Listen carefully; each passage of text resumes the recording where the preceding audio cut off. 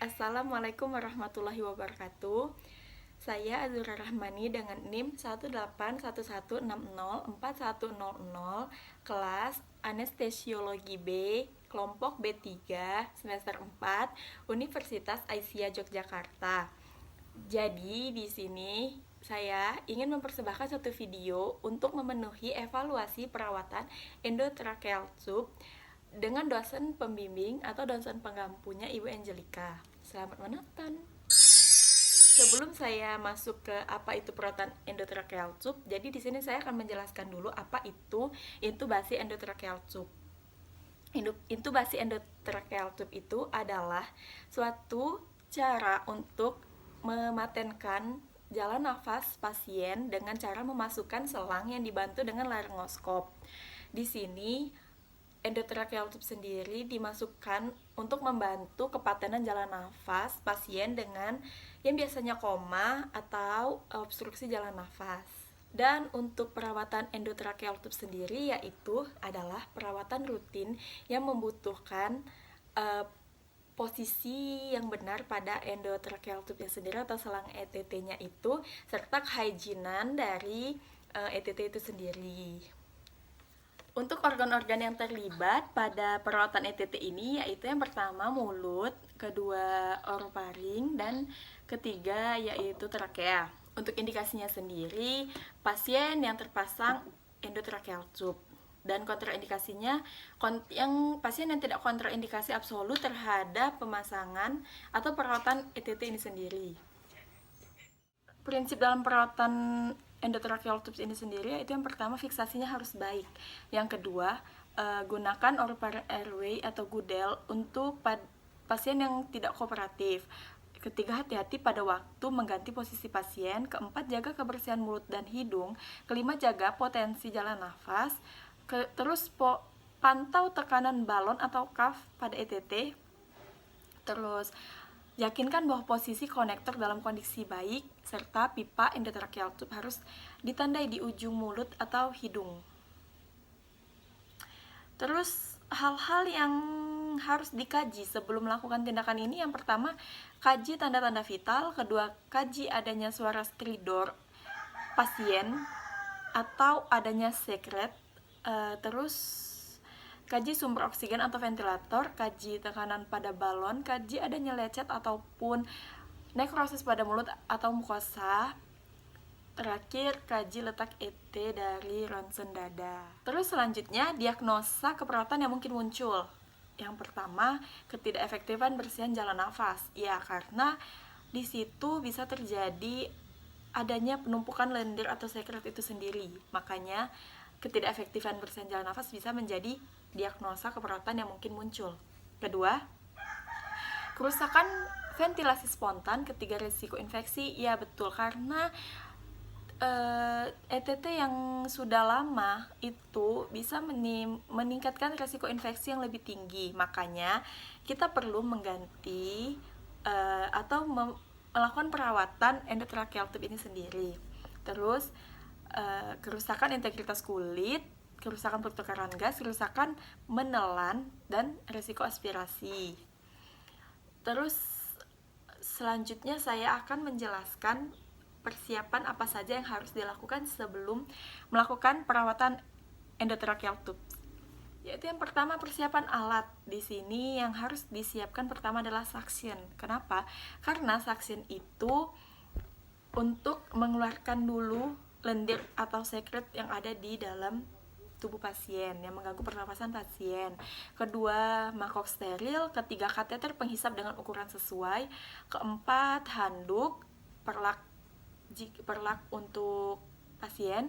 Terus sarung tangan, jangan lupa ambu bag dengan penghubung ke sumber oksigen karena untuk mengecek juga kepatenan jalan nafas pasien.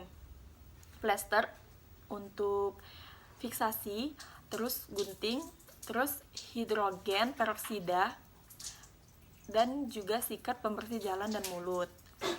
Terus persiapan lingkungan yang pertama yaitu ciptakan lingkungan yang nyaman, kondusif, serta aman dan kooperatif. Siapkan sampiran atau sketsel. Terus di sini juga ada persiapan pasien, yaitu yang pertama, informasikan keluarga tentang tindakan yang akan dilakukan. Posisikan klien terlentang atau miring pada pasien tidak sadar. Pastikan pasien dalam keadaan aman untuk dilakukan tindakan.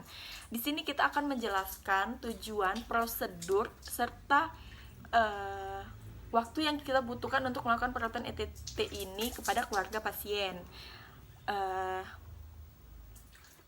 Baiklah, kita ke tahap pre-interaksi perawatan endotrakeal. Yang pertama, kaji adanya pasien yang terpasang endotrakeal tube. Yang kedua, kaji pernapasan pasien termasuk adanya secret atau lendir di dalam tubuh pasien. Terus persiapan alat. Yang pertama yaitu suction. Suction ini untuk mengeluarkan lendir atau secret pada tubuh pasien. Kedua yaitu bak instrumen steril yang berisi pinset, NaCl 0,9%, kom kecil 2 buah, sarung tangan steril, kasa steril, selang suction tadi yang sudah disambungkan dengan mesin suctionnya ya. Terus gunting dan plester untuk memfiksasi selang endotracheal tube yang sendiri pada pasien. Terus sarung tangan bersih juga, speed 20 ml, bengkok, masker, handuk, perlak, dan pengalas tempat sampah. Terus selanjutnya kita cuci tangan. Berikan salam terapeutik kepada pasien dan keluarga, menjelaskan tujuan, prosedur, dan waktu yang akan dibutuhkan ketika melakukan tindakan ini.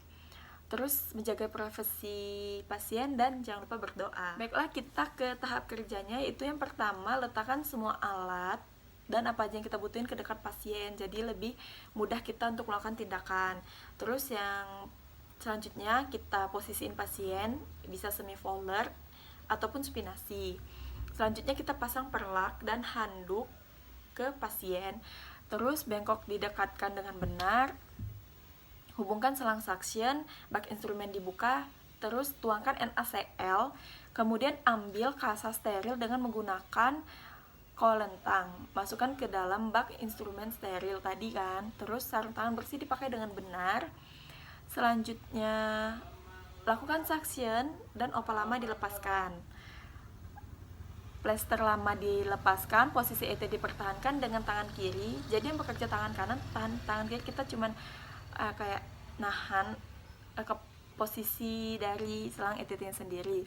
Terus lepas sarung tangan bersih dan ganti dengan sarung tangan steril. Nah, di sini kita mulai melakukan semuanya steril. Mulai mulut dan ETT dibersihkan dengan NaCl 0,9%. Cuff dikempiskan dengan speed. Terus posisi ET digeser pada sisi yang berlawanan. Daerah bekas ETT diberikan dengan NaCl, dibersihkan dengan NaCl 0,9%.